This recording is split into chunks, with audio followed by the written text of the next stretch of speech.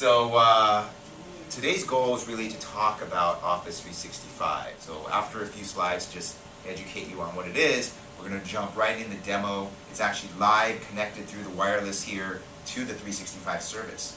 So you'll see a real-time 365 environment and what it ultimately the benefit it would bring to your business.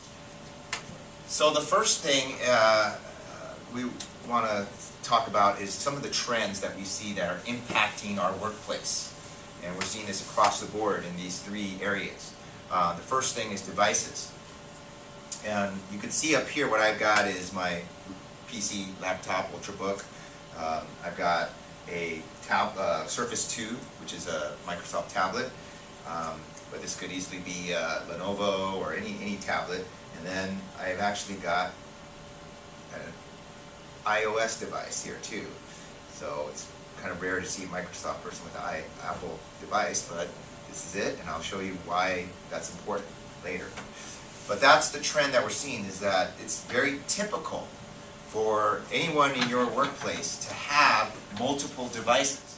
And with those proliferative devices, what a user really needs is to make sure that you can become productive on any of those devices. You want that same consistent experience to be able to accomplish what you need to do in your workplace, right, across the devices. From a people standpoint, you can see there over 80% of the world's online population is engaged in social networking. Now, some of that is obviously a consumer aspect. We've got Facebook, Twitter, and all that stuff out there. But what we're seeing is, because of this trend, we're actually seeing a lot of that social networking technology start to integrate within the workplace. And there's tremendous benefits of taking some of that social networking technology and process into the workplace for the benefit of having workers collaborate and be able to work better together. So that's another big trend. And then the last thing is, of course, cloud. I mean, any of you that are dealing with IT or technology, cloud is probably the most common word you're using on a daily basis. It's the biggest thing that's happening in the IT world or technology. And you can see here over 70% of businesses are using cloud computing in some way, form, or fashion. Now this picture I put up, this is actually my kids, you can see are using Surface, right? And the reason why I put this picture up is because of what I was talking about in terms of the trends, is that the new generation, what we call digital natives, essentially, I hand these Surfaces to them, okay, and I literally, first of all, you imagine kids, they say, "Woo, Daddy, look at this, is cool, what is this," right? It's their new toy, a new gadget. But they go right on them, and they're just using these things. And I had literally zero training on either of them. I never had to say anything about how to use it and work with it. They just picked it up, naturally started playing with it, and became productive. Whether it's entertainment, right, games and things of that nature that they're of course using it, they're actually using this for school, for work. It's in school, they have something called GG Math, and they have this AR testing, and all this stuff they do online now, and they're using their tablets to get that stuff done. I mean, and that's required no interaction from me or my wife to get them to be productive on those tablets. So that's kind of the new world we live in, right? The digital natives. It's just born in the DNA, and this is just very young kids, my kids. But as you can imagine, the 20-year-olds of today and the new millennials are affected by this. This is what they expect. So as business people in our organizations, we've got to prepare for this change and understand you need to enable them, your younger generation workers, so that they can be most productive. Another thing we're seeing is, this is a study that was commissioned from BCG, Boston Consulting Group, which surveyed over 4,000 small and medium businesses. And what we find is that there's something called tech-savvy small and medium businesses versus not so tech-savvy. Generally speaking, the ones that have invested more in technology to keep their infrastructure somewhat up to date, keep their users up to date on software and hardware, have been showing more growing revenues 15% faster than ones that are not as tech-savvy. They also have grown jobs 2 times faster as well, helping the economy. So in terms of productivity, Microsoft's vision is really all about, I talked about the different devices, so we want you to have the best productivity experience across these multiple devices, whatever devices you have. We want it to be consistent, integrated, because that's ultimately what's going to affect your users, and making sure that they can just work and not deal with wasting time on how to get something done, right? It's all about that. So we deliver that productivity, the best experience across these devices, but also we deliver it via the cloud. And we deliver that cloud on your terms. And what that means when I say your terms is that we're not forcing you to go 100% into the cloud. But then there's some customers who say, well, we don't want anything in the cloud. Then yes, you can still get Microsoft productivity solutions without the cloud. But most customers are right here in the hybrid environment, where they've got accounting application or financial application that has to be managed in-house, right? And that's not in the cloud. But then they can have their email or SharePoint or other what we call workloads in the cloud. So you can have best of both, right? Some stuff on-premise, some stuff in the cloud. That's what we call hybrid. The key is with Microsoft, it all works together. Whether you have on-premise or cloud, it's an integrated system, okay? So what is Office 365? It's really these four components right here. The very first thing you should know is that it includes Exchange Online. Exchange Online means that we host the Exchange, Microsoft Exchange server in our data center. So no longer do you as a small medium business have to buy a big server, maintain security, the patches, and run a mail server. Just take that off your hands. Microsoft then manages that server in our data center, but then ultimately you're still getting your email to your users.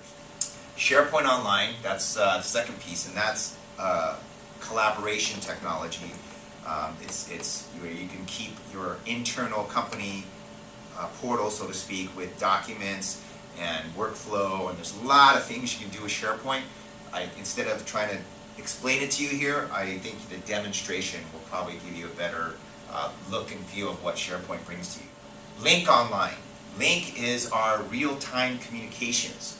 So essentially, corporate instant messaging for business purposes, video conferencing, screen sharing, whiteboarding, all those capabilities are available in Lync. And that is also requires a server that Microsoft hosts in our data center.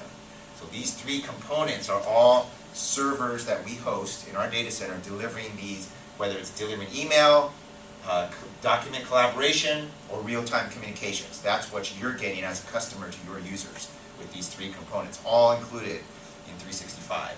And the last piece that most people think about when they think about the word Office is Office Pro Plus, the Professional Plus version of Office, which is this, right here, right?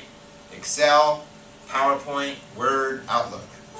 That's the stuff that you launch on a daily basis, your users launch, right, to be productive. These desktop applications is called Office Professional Plus. That's also included with Office 365. Okay?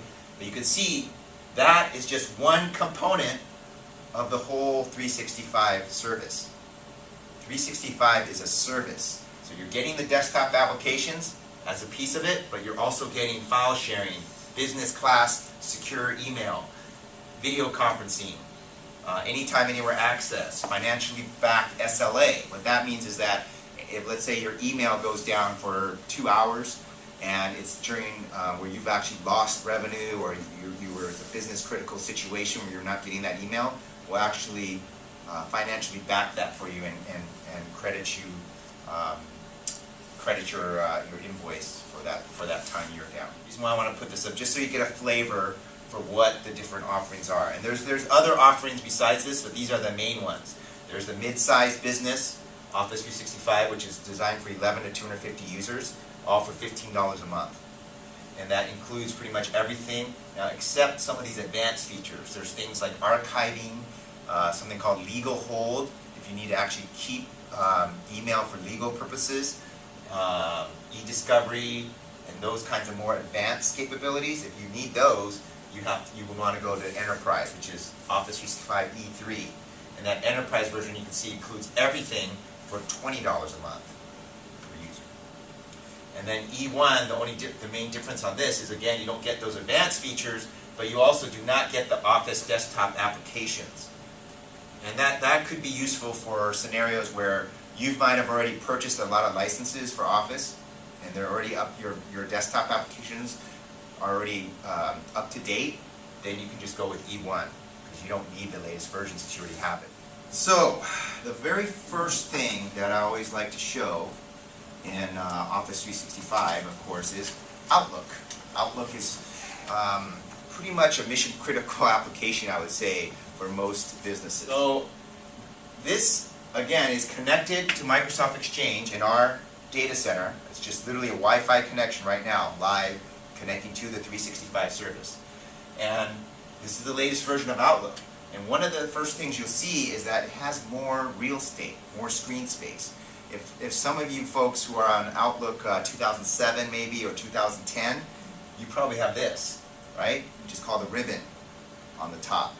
And what's nice is the ribbon is still there, but as a default, we hide it because it's better to get more real estate, because ultimately it's about your email. You want to be able to see as much email as possible and get through your email. And so if you need the ribbon, you can always just hover up there and get the ribbon and get all your functions and features there. Okay. Another thing you'll see is that I can actually hover over my calendar here, and what it does, try that again. There we go. As I hover over the calendar, it's called peaks. I can literally peek at my calendar and see all my next meetings that I have. So again, making it a lot more efficient and productive, so I can see my next meeting and get to that meeting without opening up the calendar and getting all the details. Okay. Now the other thing about peaks is on people. If I hover my mouse here on people, you can also easily search for people, and you can actually get your what we call favorites, because these are the top 3 people that I'm always interacting with. So I can have them immediately there and accessible by just hovering over that and then clicking on them, and I can easily communicate, contact them. Everybody's dealing with too much email. So here's a typical, all this email, right? And you can see there's several emails with the same exact subject. Northwind Traders contract, action cry, Northwind Traders contract, Northwind Traders contract, right? What's nice is in the new Outlook, I can go to View and say something called Show as Conversations. So look at what that did. Now it shrunk my mailbox, so to speak. So now I have less here because it took, like, look at this one, the Contoso's 3rd annual hiking trip. There was 9 emails just about this. So now that just in my inbox becomes 1. And I can literally, if I want to see more, I can just click this triangle and I can see all the different emails in there.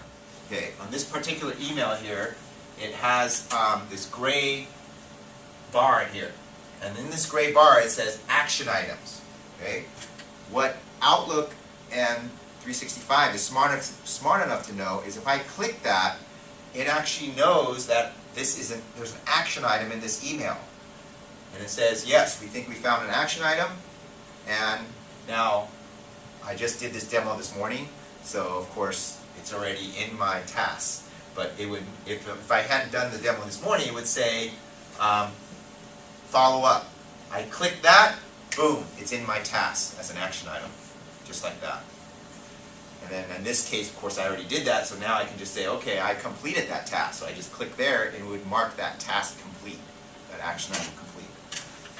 A further example of this capability is if I go into, let's go into another email thread here, happy hour. We all like happy hour.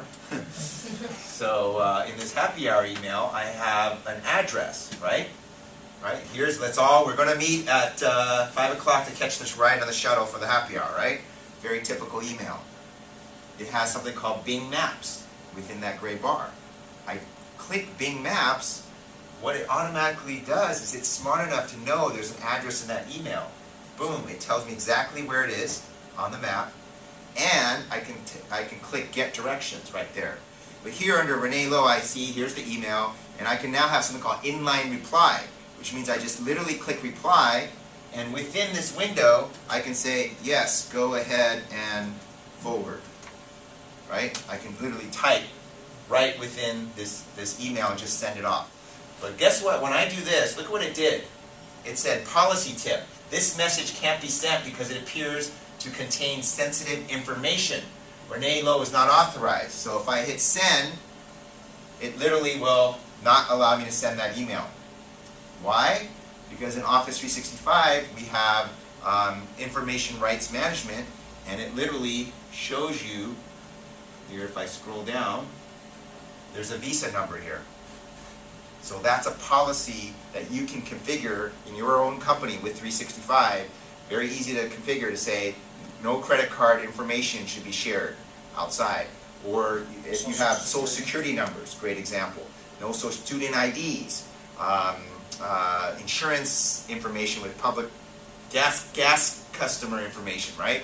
Any of this all of you probably have sensitive information in your companies that you wouldn't want shared outside in the public, and that allows you to configure that policy. Another handy thing is if I type new email, and I'll just type Amy Alberts, and I'll say sales proposal.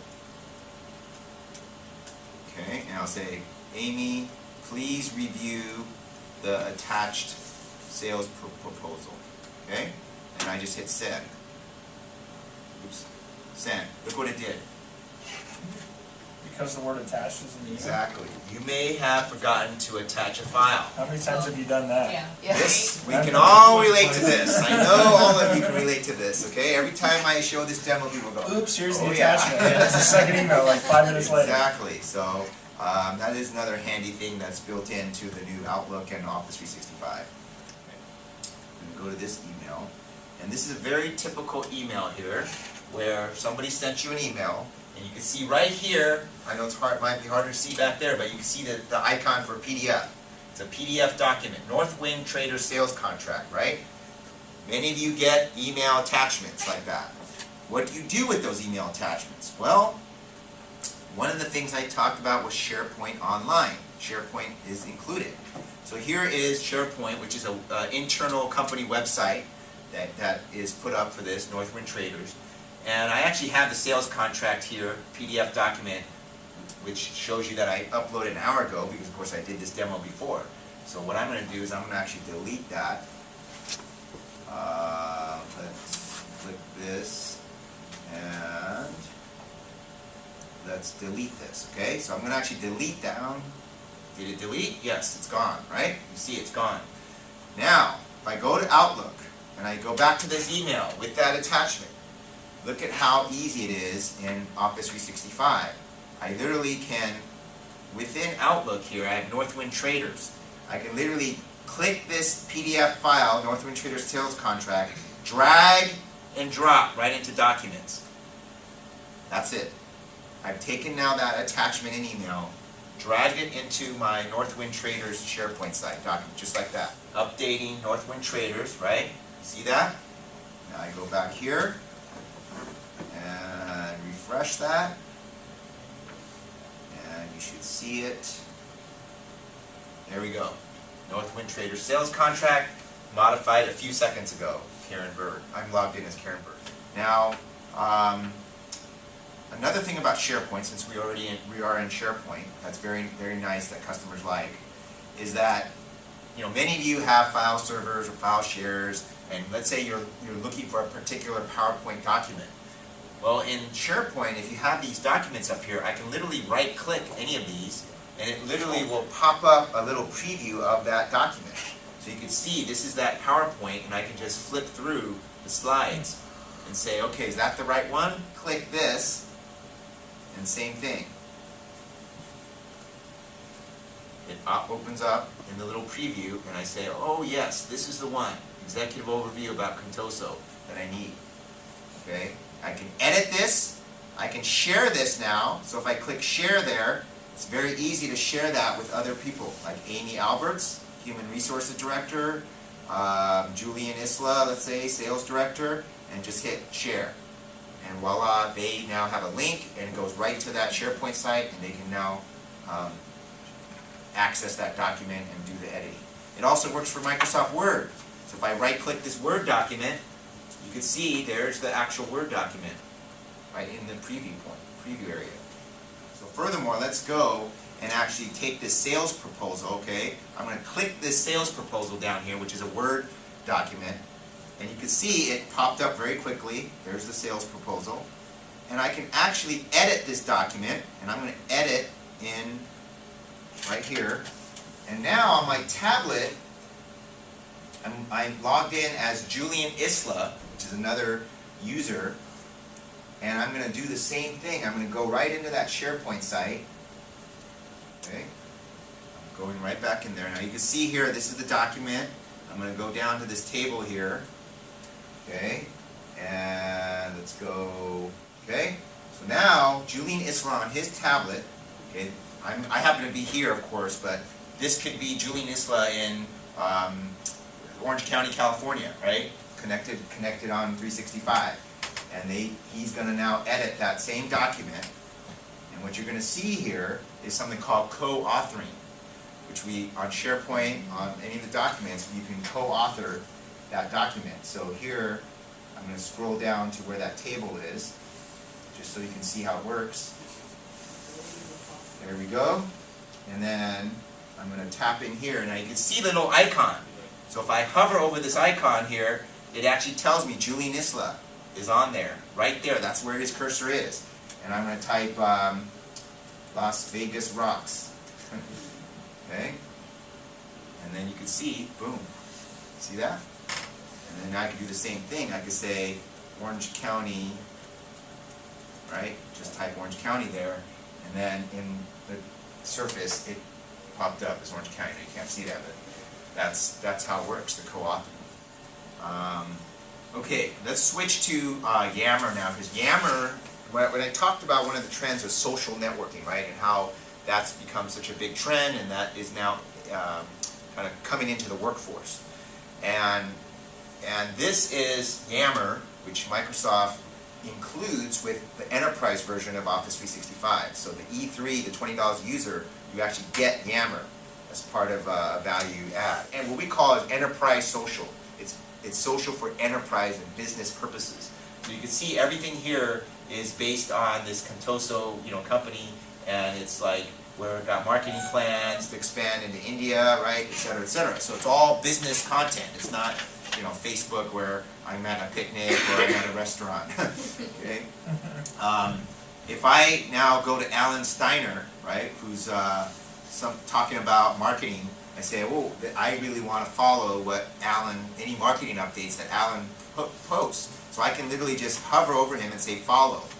Now it says I'm following Alan Steiner. So anytime he's got an update about marketing or something, it will notify me, and I can check my Yammer to see what he's talking about. Furthermore, if I just tap or I click Alan Steiner, I can see all his conversations, all in one view.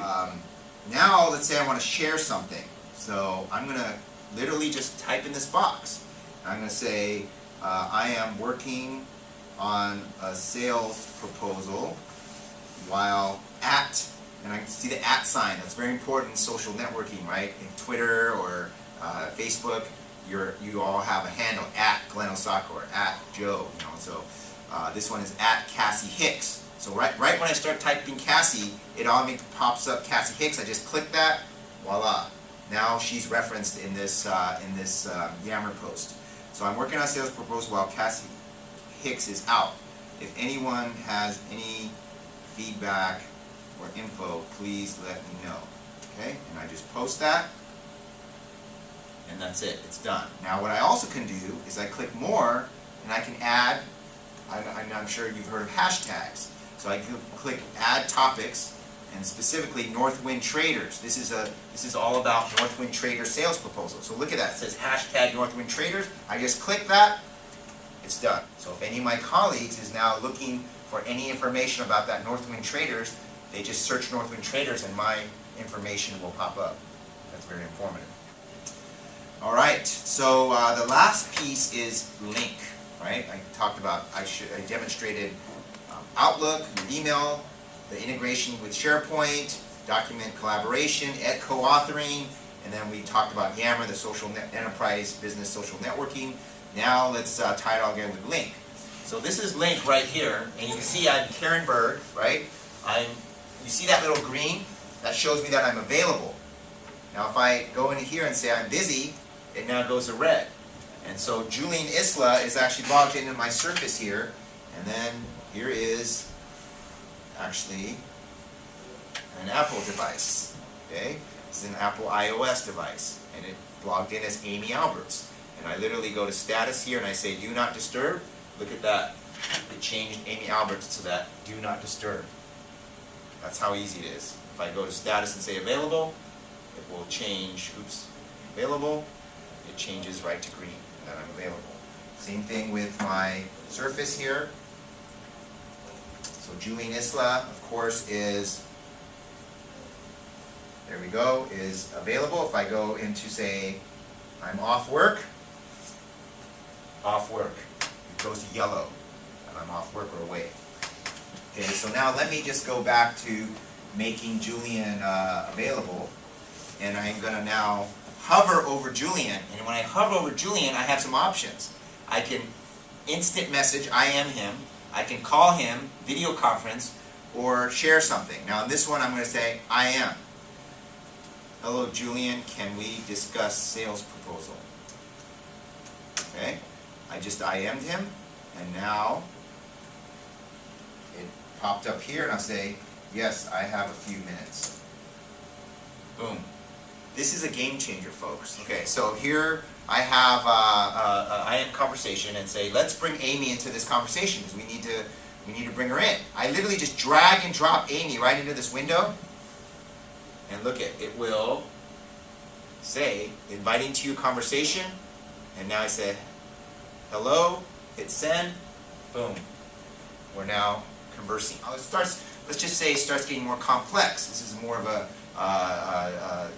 instant messaging is not the appropriate mechanism to communicate what you're talking about in the sales proposal. Well, guess what? You can convert this into a video.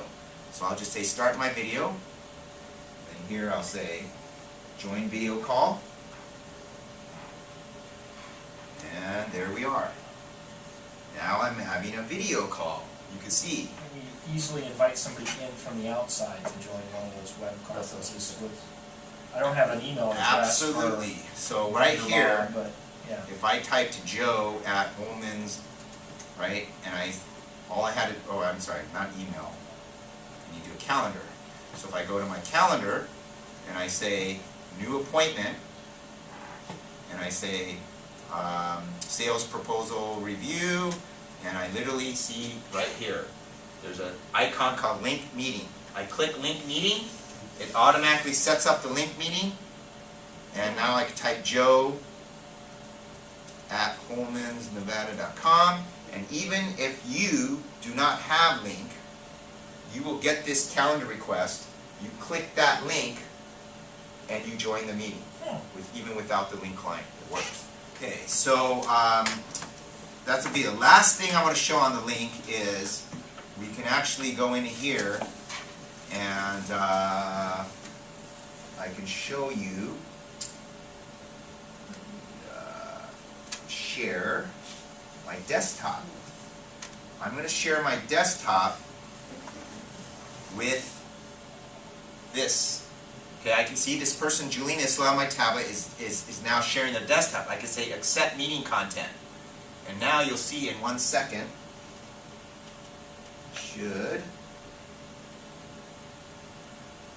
there it is. There's his desktop. I'll make it a little bigger. I know it's hard to see back there. So let's expand that. Okay, so that's literally, you're seeing Julian's desktop. And I'm going to launch Microsoft Excel as an example. And you can see he's launching Excel. This is all within Lync. And you literally could be collaborating and say, how about putting in the countries, Julian? Okay, right there, and then Julian could be right here and saying, okay, Germany, United Kingdom, and this is a new feature of the latest Excel. The latest Excel has something called flash fill. I start typing Germany, United Kingdom, it automatically fills the rest of the country for me by just hitting return. Boom. That's called flash fill. So that's desktop sharing. You can see how easy it is to share. I can even do whiteboard. So if I do this and say share, share whiteboard, you'll see what this looks like. Again, I accept the meeting content, and you will see here I have a whiteboard, and I'll just put a little red circle, and you can see I'm doing this all on my tablet with my touch. Okay, and you can be whiteboarding together. So that's Lync. Now the last thing that you should note about this that's very cool is that, again, it's fully integrated. So when I showed you this Lync client right here, let me hang up on this, or get rid of this. So is it acting like a webinar? Yeah, exactly. Exactly. I can use that to teach those people or whatever. You can have their conference, whatever you want to do. Absolutely. Here's the Lync. I've been showing you this Lync client, right? I hover over Julian, and I can do that instant message. I can show you the video conference. I can share at my desktop. But look at this. If I'm in Outlook, here's that email from Julian Isla, right? It's the same thing. You see the same. It's that same experience. So if I hover over Julian, I can open up an instant message right within Outlook, right there, because it's fully integrated, right? I see instant message. I can do my video conference and everything right within Outlook. And guess what? In SharePoint, same thing. If I go to my SharePoint site, there's Julian Isla, who uploaded this PowerPoint. I can literally hover over Julian, and I get the same interface. So I can instant message, I can video conference, right within SharePoint or It's Outlook. all within the system. It's all within the system. That's what I'm talking about in terms of the integration. Well, thank you very much. That was all I had on my demonstration in Office 365. Hopefully this helps.